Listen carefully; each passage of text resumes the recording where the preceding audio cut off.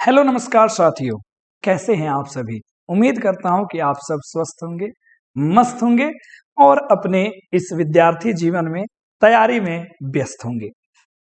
प्यारे साथियों, आज के इस वीडियो में हम लोग उस मुद्दे पे चर्चा करने वाले हैं जिसको सभी बच्चों को इंतजार होता है कि ये वाली चीज हमें जाननी चाहिए और थोड़ी कंफ्यूजन भी होती है कि कैसे करें, क्या करें। क्योंकि प्यारे बच्चों, साल भर आप मेहनत करते हैं ये मायने नहीं रखता है, लेकिन परीक्षा केंद्र पे एग्जामिनेशन हॉल में आप उन 3 सवा 3 घंटों के अंदर में क्या लिखते हो, कैसे लिखते हो, ये बड़ा ही महत्वपूर्ण विषय होता है। क्योंकि आपने सुना होगा, first impression is the last impression. मतलब प्यारे साथियों, यदि आप बेहतर तरीका से लिख दिए तो चेक करने वाला आपसे अट्रैक्ट अगर हो गया, दिल खोल के आपको मार्क्स देगा। यदि आपने पेपर में ऐसी लिखावट की कि चेक करने वाला आपसे इरिटेट हो गया, तो आपने अच्छा भी लिखा होगा ना, फिर भी वो आपका स्कोर कम कर देगा, खुश नहीं हुआ वो। इसलिए प्यारे बच्चों, हर एक कॉपी चेक करने वाला ये सोचता है कि हमारे पास जो कॉपी आए अच्छी आए, सुंदर आए। सुंदरता से कौन अट्रैक्ट नहीं होता है दुनिया में, आप होते हैं, सारा जग होता है। तो पेपर की सुंदरता को भी आपको बना के रखना है कि जो चेक करे वो आपसे अट्रैक्ट हो जाए। तो आइए प्यारे बच्चों, हम चर्चा करते हैं कि जब आप परीक्षा केंद्र में बैठेंगे तो आप किस तरीके से पेपर क्या करेंगे, लिखेंगे। प्यारे बच्चों ध्यान दीजिएगा, और ये बहुत ही इंपॉर्टेंट बात है, बहुत इंपॉर्टेंट बात है जिसपे हर एक विद्यार्थी को फोकस करना चाहिए। और खास करके जो आप ग्रेजुएशन वाले बच्चे हैं ना, आपको तो और ज्यादा फोकस करना चाहिए, है ना। क्योंकि इसको लेकर के बहुत बच्चे जो है ना कंफ्यूज रहते हैं कि सर जी कैसे हुआ, क्यों ये हुआ, इतना जरूरी कैसे हुआ। तो ऐसे हुआ। अब ये मान लो आपके एग्जाम की कॉपी है, तो कॉपी ऐसी नहीं, कॉपी तो कुछ ऐसी होगी ना, इसमें लाइंस खींचे हुए होंगे, ऐसे होगा। तुम हो, तुम हो, तुम ही हो। देखिए ये ऐसे होगी। हम मोटा मोटी ले लेते हैं ताकि आपको परेशानी ना हो, ठीक है। चलो जी। सनम मेरे हमराज, ठीक है, आ जाओ। क्यों भैया, काहे गुस्सा आ गए हो? जाने का नहीं तो हम भी पुष्पराज है, झुकेगा नहीं। देखो, आप वीडियो को भगा लो, कोई दिक्कत नहीं है, ठीक है, काम पे की बात करो। ये आपका एग्जाम हो गया। एग्जाम में ये आपकी कॉपी आ गई, इधर में ऐसे 1/4 लगा रहता है, इधर में भी लगा रहता है। लगा नहीं भी हो तो कोई बात नहीं है, अगर नहीं लगा फिर भी आप स्केल से ऐसे बना सकते हो, ठीक है। चलिए, अब दो बातों पे ध्यान देना। पेपर आपको मिल गया, पेपर आपको मिल गया और आपको लिखना है। तो पेपर में आपको पता है ना, सेक्शन बटे होते हैं। सेक्शन क्या जी, बटे। जिनको नहीं भी है वो स्केलिंग ऐसे कर सकते हैं, कोई दिक्कत नहीं है। और मैं बताता हूं, 2 पेन का आप इस्तेमाल करना, एक ब्लैक पेन ले लेना और एक ब्लू पेन ले लेना। अगर पेंसिल भी हो, समय हो तो लास्ट में करना। और दोनों जो है हमेशा याद रखिएगा, जेल नहीं ले लीजिएगा, नहीं तो खेल हो जाएगा परीक्षा में। ये बात याद रखिएगा। और ये वीडियो आप सब देखो, ध्यान से देखो, और आप अपने मित्रों के साथ भी इसको शेयर करो, जरूर शेयर करो। चलो ध्यान से देखते हैं। सबसे पहली आपकी जिम्मेवारी है कि आप पेपर चेक करने वाले को सेक्शन बता दो कि सेक्शन ये ए है। और खूब अच्छे से ब्लैक पेन ऐसे उठाओ और ब्लैक पेन से अच्छे से अंडरलाइन कर दो, कोई दिक्कत नहीं है, याद रखिएगा। So this is section. आपने सेक्शन बांट दिया, पेपर आपका ए सेक्शन, बी सेक्शन या सी, जितना भी बटा हो, आपने क्या कर दिया, सेक्शन बांट दिया।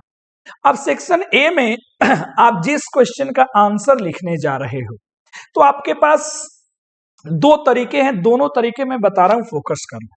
सबसे पहले क्वेश्चन नंबर यदि 1 है तो उसके शुरू के कुछ क्या करो, आप शब्द यहां पे लिख दो। शुरू के कुछ यहां पे शब्द लिख दिया, जैसे वाई, जैसे हमने लिख दिया, ठीक है, कि एक्सप्लेन, एक्सप्लेन, ठीक है। यहां पे कुछ शब्द लिख दो, जो भी शब्द हो, और लास्ट वाला शब्द लिख दो यहां पे, जैसे कालिदास का हो गया, यहाँ पे जो चैप्टर का उनके नाम है, इसको आपने यहाँ पे लिख दिया, क्वेश्चन लिख दो। अब इसके नीचे आप आराम से इसका आंसर प्यारे बच्चों आप कर सकते हैं, आंसर करके ब्लैक से कर दो, कोई दिक्कत नहीं है। इस तरीके से आप सजा सकते हैं, मतलब पूरा क्वेश्चन नहीं लिखना है, क्वेश्चन का शुरू का वर्ड डॉट डॉट देके लास्ट का वर्ड लिख दो, और नीचे आंसर जो है आराम से ब्लैक पेन से दे दो, और आराम से ब्लू पेन से पूरा का पूरा लिखो आराम से। एक तो ये प्रोसेस है। दूसरा प्रोसेस प्यारे बच्चों ये है, जरा ध्यान दीजिएगा, बड़े ध्यान से समझिएगा। दूसरा बड़ा बड़ा सुंदर लगता है, ऐसे ही आप अगर परीक्षा में लिखते हैं। दूसरा ये है कि आप सीधा यहां लिखो क्वेश्चन नंबर 1, क्वेश्चन नंबर 1 का आपने क्या दिया, तो आंसर दिया, और खूब बढ़िया से आप इसको अंडरलाइन कर दो, कोई दिक्कत नहीं है। और यहां से आप लिखना क्या करो, शुरू कर दो। ध्यान दीजिएगा, फोकस कीजिएगा, हमेशा याद रखें, जहां ये खत्म हो जाए प्यारे बच्चों, जहां ये खत्म हो जाए ना, तो बीच में, जैसे यहां पे ये खत्म हो गया, तो बीच में आराम से सुंदर से ऐसे डिजाइन बना दो कि यहां पे हमारा यहां से लेके यहां तक पहले क्वेश्चन का हमने क्या कर दिया, तो आंसर कर दिया, ठीक है।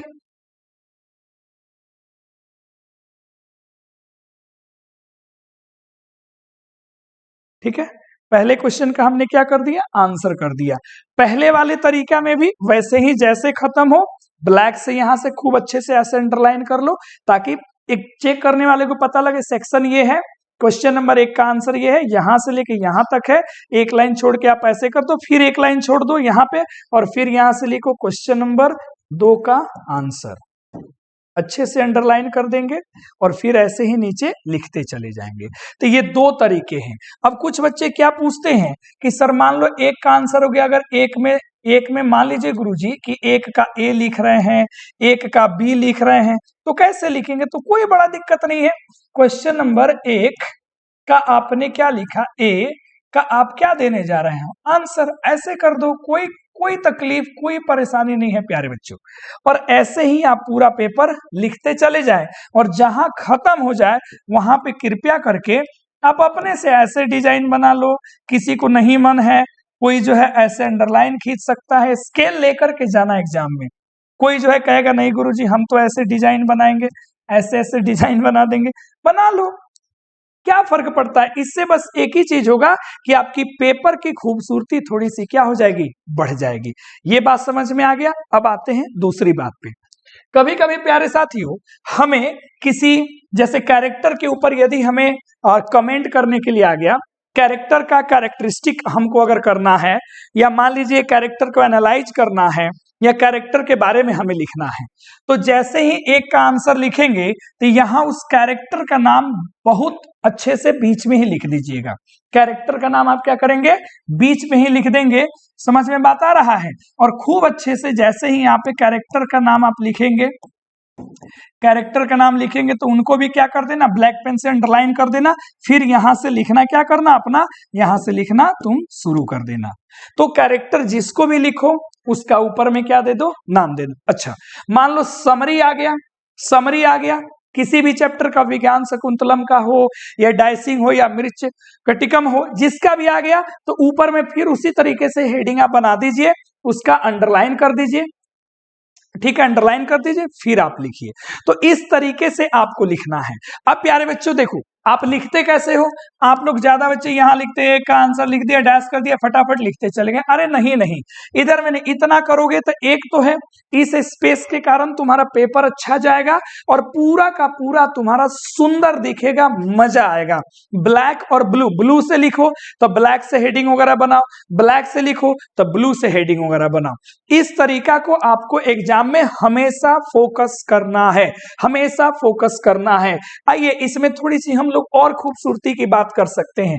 ध्यान दीजिएगा प्यारे बच्चों, यदि मान लीजिए किसी राइटर के बारे में आपसे पूछ दिया, किसी ऑथर के बारे में आपसे पूछ दिया, तो आप क्या करेंगे? तो ध्यान दीजिएगा, किसी ऑथर के बारे में यदि आपको पूछ दिया तो इस तरीके से तो आपको देना ही देना है। आप सुंदर सा क्या करना, उस ऑथर के बारे में तो आप नीचे बतेबे करेंगे, लेकिन ऑथर का आपने हेडिंग बना दिया, कोई दिक्कत नहीं है। यहां पे सुंदर सा एक ब्रैकेट ले लो और यहाँ पे ऑथर का यदि आपको जन्म पता है तो जन्म लिख लो, यदि डेथ पता है तो डेथ लिख दो। दो काम कम से कम, अगर उनके फेमस अगर कुछ वर्क्स आपको याद है तो यहाँ पे वर्क्स लिख दो। मतलब ये पॉइंट आप दे दो कि जैसे कोई चेक करे, नाम पता, लेखक है, जन्म है, डेथ है, फेमस इसके ये वर्क है।